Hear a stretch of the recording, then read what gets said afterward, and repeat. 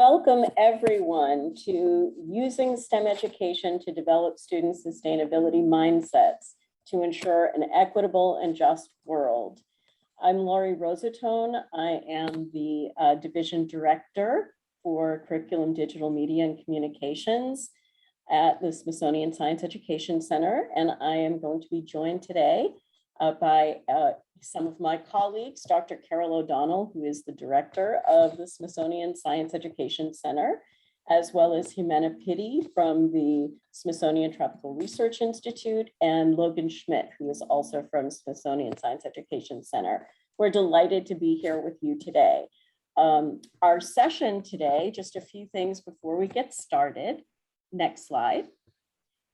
We want you to go ahead and take advantage of all of the features available to you to communicate with us. You can post questions in your Q&A section, and you can also take advantage of the chat box if you'd like to converse with participants and with us. The webinar is being recorded and also closed captioned. Okay, and so what are we going to be covering today? We will be providing an overview of both Smithsonian Science for Global Goals and the Smithsonian Tropical Research Institute's work. We will gain insight into global sustainability and equity issues that we can empower students to take action on through STEM. You'll participate in some activities from our mosquito research guide, Mosquito: How Can We Ensure Health for All from Mosquito-Borne Diseases. And we'll also encourage you to consider ways to use this module and other resources that we will make available to you in your classes. So without further ado, I'm going to turn it over to Carol O'Donnell, the director of the Smithsonian Science Education Center. Carol. Thanks so much, Laurie. Hi, everyone. It was great to hear Dr. Chisholm this morning and to learn more about the educational resources and the work that's going on in Oklahoma. So welcome to our session, which is being promoted, is focused on the Smithsonian Science for Global Goals project, which is a collaboration between the Smithsonian Science Education Center and the Smithsonian Tropical Research Institute. So a little bit about the Smithsonian Science Education Center. We're the only organization within the Smithsonian that is solely focused on formal K-12 STEM education. And so that's whatever happens in school, after school, summer school, and we serve students, families, caregivers, teachers, schools, school districts, state education agencies, and ministries of education across the globe. And we bring object-driven experiential learning into classrooms based on the standards within that region. We were founded in 1985 by both the Smithsonian Institution and the National Academy of Sciences, Engineering, and Medicine. And that's an important history because the work that we're doing, focused today on the Smithsonian Science for Global Goals project, comes from a collaboration with not only the Smithsonian, but National Academies of Sciences, Engineering, and Medicine all over the world from 142 different countries. Next slide. Our mission at the Smithsonian Science Education Center is transforming K-12 education through science. And we do that in collaboration with communities across the globe. So how do we achieve our goals at the center? We provide curriculum and resources, just as Dr. Chisholm mentioned this morning, Smithsonian Science for the Classroom, SDCMS, other curricular resources that are aligned with next generation science standards or other standards that are important to states throughout the US. We also provide free digital assets for youth that includes games and simulations and apps and videos that address concepts that are important to teachers in schools. Professional development for teachers, leadership development opportunities for school districts.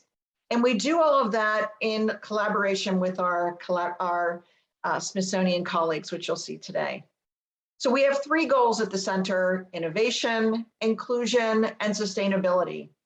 Our first goal, innovation, is to promote STEM education for students in grades K through 12, or across the globe, primary and secondary schools. Our second goal, inclusion, which means that we promote diversity, equity, accessibility, and inclusion in STEM education.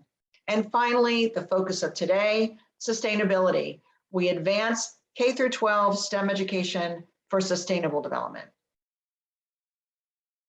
Now, in terms of reflecting on the global challenges that our students face and how this might impact the future of science education, because everything that we've done at the Smithsonian Science Education Center, we've been 10, 15 years ahead of, we believe, the rest of the nation and the globe to try to advance STEM education and envision what STEM education would look like in the future. So what are the global challenges that not only we as adults face, but also our students face? So on the left-hand side, you'll see a list of challenges that the UN considers to be, unfortunately, major disruptions to our way of life. And that includes poverty, education, digital divide, urbanization, intellectual property, etc. But on the right, these are things that not only disrupt our way of life, but can eliminate our way of life. We've lived through that over the past year and a half, as we know, focused on infectious disease like COVID-19 and other pandemics. But other global challenges that will disrupt and potentially eliminate our way of life include water scarcity, energy security, climate change, biodiversity, ecosystem losses, deforestation, on and on. Now, all of those issues are issues that adults think about all the time, but they're also issues that students have to think about. So the question is, are we educating youth on the most global, complex challenges of our time? Now, many of you may have seen this graphic, the UN Sustainable Development Goals. They are a set of 17 goals with 169 targets, 232 sub-indicators, and a lot of science and social science, all of which we're hoping to achieve by 2030. This particular project that we'll talk about with you today, the Smithsonian Science for Global Goals project, is trying to address the UN Sustainable Development Goals. This project started in January of 2019 in Santiago, Chile, when we gathered with the Inter-Academy Partnership Global Council from 143 countries and said Zika was a very prevalent infectious disease caused by mosquitoes at the time. And we knew as scientists and science educators that we had to educate our youth on the underlying science and social science of this important issue. And that's when the Smithsonian Science for Global Goals project was born, as a collaboration between the Inter-Academy Partnership, IAP, and the Smithsonian Institution. The goal of this work is to support young people to understand the science and social science of the SDGs, the Sustainable Development Goals that you see pictured here, and to help these youth not only understand the issues, but to take action to address those global issues on a local scale. Now, this project is designed for youth ages 8 to 17, and my colleague, Laurie Rosatone, is going to share with you what came out of that particular project. Laurie? Thank you, Carol. So as you heard from Carol, the goal of this program, Smithsonian Science for Global Goals, is to help young people discover, understand, and act on global problems using their communities as their laboratories. So far to date, we have developed 6 guides, 5 of which are released and are available for free on our website. And we have another 13 planned tying into the UN Sustainable Development global issues. The framework in these guides follows a discover, understand, act model. So in the discover section, students are introduced to the socio-scientific issue, such as mosquito-borne disease, that's affecting their local and global communities. Next comes understand. That's where students really dig in and to understand the underlying science and social science of the issue, using their local community as their lab.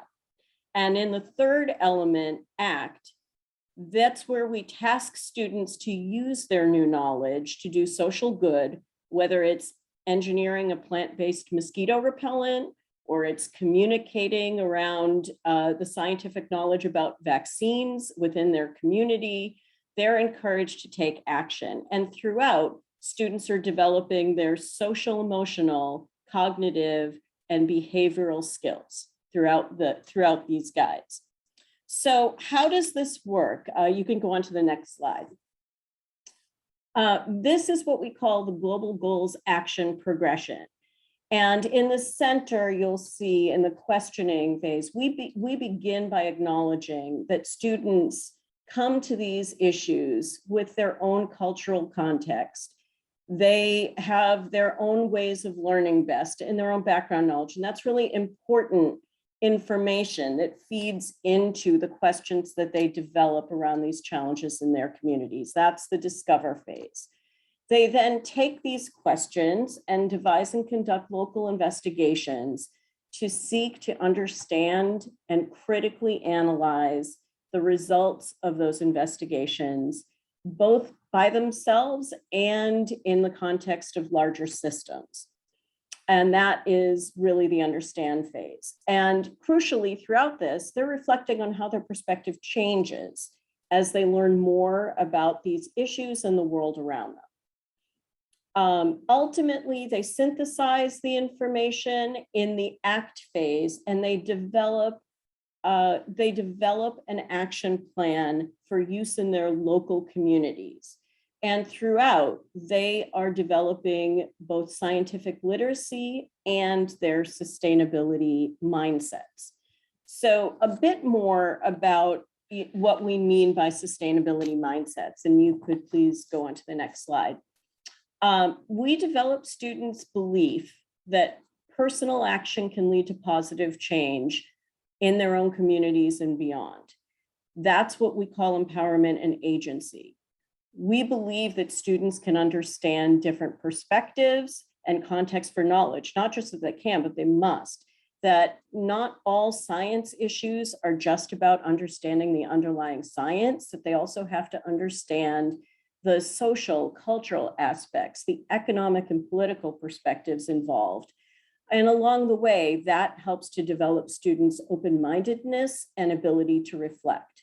And finally, we want students to engage in respecting themselves, others, in understanding the ethics, the justice and equity involved in global decision-making. And all of this leads to a global-local interconnection where they see the problems in their own communities and the global problems identified by the UN are related, and they're empowered to take action on them.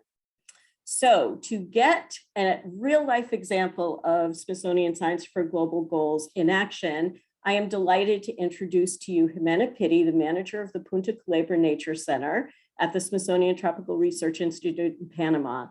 Jimena has done outstanding work with leading educational programs for young people in Panama, and she's going to tell you about some of that work now. Jimena, over to you. Thank you, Lori. Hi, everyone. How are you? Outside, I want to talk to you a little bit about where I work and where I come from. So outside the US, in the small country of Panama, we find the Smithsonian Tropical Research Institute, which is, we're going to call it STRIVE from now on for short, which is a unit of the Smithsonian Institution. It was founded with the purpose of increasing and sharing knowledge about the tropical ecosystems and their relevance to human welfare. With more than 100 years of research, STRIVE serves as a global platform for research on tropical forests and marine ecosystems. This research is not only shared with the scientific community, but it's also the foundation of our outreach program that reaches hundreds of teachers and tens of thousands of school children every year. Today, I want to talk to you a little bit about our research specifically on mosquitoes and our collaboration, of course, with SSCC. But first, let's do a quick poll about these tiny insects.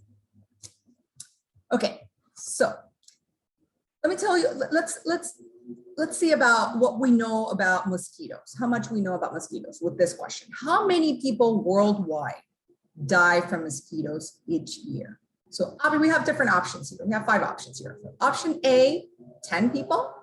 Option B, 100 people. Option C, 1,000 people. Option D, 10,000 people. Or option E, more than 1 million people. Love to hear what you guys are voting for. And while we wait, I'm gonna just throw some facts out there so we know a little bit more about these guys. Mosquitoes are actually quite old. They've been here since the beginning of, since the dinosaurs were here. And they're also considered pollinators. I know they can be considered a little annoying because they like to suck on our blood, but they're also very important for the ecology of the ecosystems because as pollinators, as we know, pollinators are very important for plant reproduction. So I would love to hear what you guys are voting for, what you guys consider. Will it be 10, will it be 100, will it be 1 million people or more? Of course, we're going to be talking a little bit about mosquitoes, not only in the tropics, but also in temperate regions like what you guys have in the US. Right. And I would say, Jimena, this is Heidi. I'm looking Hi. at the poll and we've got a few responses. We have quite a few thinking 10,000 and then even more, I would say, oh no, actually most at 10,000, but some at 1 million plus. So, oh, and then one coming in at 1,000. So we're kind of on the far end of those poll responses. Perfect. Thank you so much, Heidi. Okay. Well, I can't wait to see your answers and I can't wait to actually provide you the answer, but that'll come later. Let's talk a little bit about our next poll. Do you think K through 12 students can make a difference in their own communities to reduce the spread of disease from mosquitoes? Let's find out. So option A, no, there's nothing students can do to reduce the transmission of mosquito-borne diseases. Or B, maybe, but I'm not certain what students can do to help. C, yes, students can make a difference. So what do you guys think? Option A, no. Option B, maybe. Option C, 2 thumbs up, yes. I want to hear what you guys are voting for, what you guys think that can make a difference, what you think the students can make a difference in their own communities, be in Panama, in the US, in Asia, wherever they are. Do you think they have a direct impact in reducing the spread of diseases from mosquitoes? Let's see. Yeah, no, maybe. And yes. And I will say that out of all the responses we've had so far, Jimena, they all think students can make a difference. I'm so happy to report. Great, thank you. Of course they can. Students, teachers, the community in general can make a difference. So let's go ahead with our next slide and talk to you a little bit about facts about mosquitoes. Actually, more than 1 million people worldwide die from mosquitoes each year. Although this still doesn't make them the deadliest organism in the planet. Other facts about mosquitoes are that they bite at any time, day or night. I know they can be very annoying. Adult mosquitoes live for about 2 to 4 weeks, depending on the species. Factors like humidity, temperature play a big role in this. But female mosquitoes, yes, often live longer than male mosquitoes. Out of 3,500 species worldwide, only 10% of them transmit pathogens, such as viruses and parasites. This happens when they bite infected people and animals. Only female mosquitoes are the ones that bite us. This is be able to produce eggs. And we also have found that only takes a few infected mosquitoes, few of them, to start an outbreak. Also, they can live indoors. They can be in your house, or they can also live outdoors. And let's talk a little bit more about location. So location is very, very important for these guys. They can be very picky about them too. So there's a species that we find here in Panama called the Aedes aegypti that loves to live in urban places and loves to be inside your house like your dog or your cat. But then you have the Aedes albopictus, who actually loves to be in the rural places, loves to camp outside, and it likes to rest in the vegetation. These guys are the usual suspects that we find here in Panama. So let's talk a little bit about them. So Aedes aegypti is also known as a yellow fever mosquito. They can spread diseases such as dengue fever, chikungunya, Zika fever, which was big a few years ago, yellow fever viruses, and other disease pathogens. It's believed to have come to the Americas from Africa on slave ships and breeds in standing water. Well, you have the Aedes albopictus, which is like its cousin, the Aedes aegypti. It's an important vector for the transmission of many viral pathogens. It's also known as the Asian tiger mosquito, as it is native to the tropical and subtropical areas of Southeast Asia. So let me show you in the next slide a little bit about their distribution. So now these guys, the albopictus mostly, is found in tropical and subtropical temperate regions throughout the world, as you can see in the map.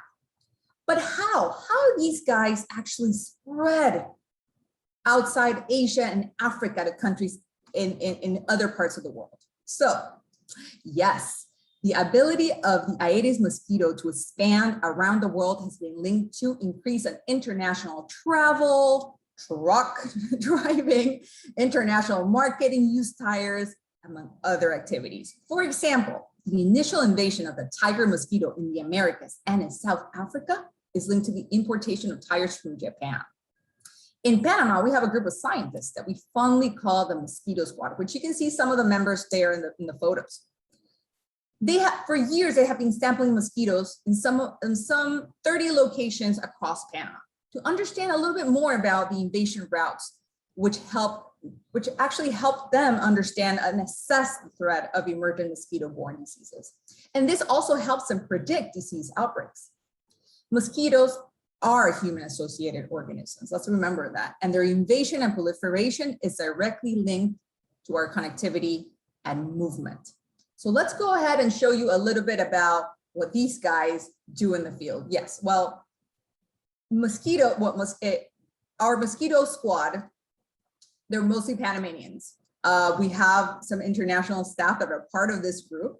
But we have to say that the commonality of them, besides wanting to research more about mosquitoes, is also their discovery for culinary delights. And yes, us Panamanians were very much into dessert and sugary stuff. So along the way, they'll find these amazing desserts in Panama, mostly in Azuero, which is, you see that encircled there in the map in Panama. It's called the Peninsula of Azuero. And here you can find the mamayena. Oh my God, delicious. Also known as bread pudding, which is widely popular in dessert in Panama, and all grandmothers will serve you that when you come home. Okay, so in the next slide, I'll show you a little bit about the contrast between mosquitoes in Panama and mosquitoes in the US. So the United States has over 200 species of mosquitoes. Well, Panama has more than 250 mosquito species. And let's think about this for a second. Panama is about 130 times smaller than the United States. So why do we have a bigger diversity of mosquitoes than the US? Let's go back to talking about location. Panama is located a few degrees north of the Earth equator and inside the tropical belt, which is that zone that you see in the map in orange, which pretty much locates it around the globe. Let's see the other slide to see about correlation. So we have warmer temperatures in this area. They tend to be warmer because of the sun's radiation is strongest near the equator. Now I want you to take a look at this map, look at the red areas, and now we're going to look at the next map. This map shows you precipitation. So remember the red areas that we saw on the map before? This one shows the dark purple areas will show you precipitation, higher degrees of the precipitation. Very active rain. For example, here in Panama, we have 9 months of rain every year. What happens? Remember the red spot parts of the map, the dark purple spots on the map? Let's go to the next map. Yes, we're going back to that map that we saw before with the Aedes around the world. See where they're located? Pretty much in those dark purple and dark red areas in the map. That's where they like it warm, they like it humid. So these factors are really important for them. So this results in high productivity and high biodiversity for these guys. And not only these guys, many organisms in the world. The key word here is stable. As there are fewer seasonal changes in tropical regions and they have more or less stable climate, mosquitoes like Aedes tend to thrive in these areas. As you can see, the red spots and the white and the yellow coloring there, that's pretty much the higher concentrations of these guys. So in the next slide, I'm going to show you about mosquitoes and climate change, because we understand now that climate change is here. So what do we do about it? So what will climate change do to mosquito distribution? So surfing on heat waves, the Aedes aegypti, for instance, it's starting to expand. And they, like I said, they love warmer temperatures and humidity. So they expand, it's starting to expand to the north and south, where you see all these heat waves starting to come up. As you can see in this map, the darker areas in both maps have the highest predicted prevalence of mosquitoes. So scientists predict that by 2050, higher global temperatures will enhance their transmission rates and extend their geographic ranges. However, human activities and their impact on local ecology have generally been the principal determinant of their prevalence or range. So let's skip the science for a second. I know we covered the basics of mosquito, because there's a whole lot more in the research department on this, but let's talk a little bit about collaboration with SSCC and how we can actually include mosquitoes in classroom learning.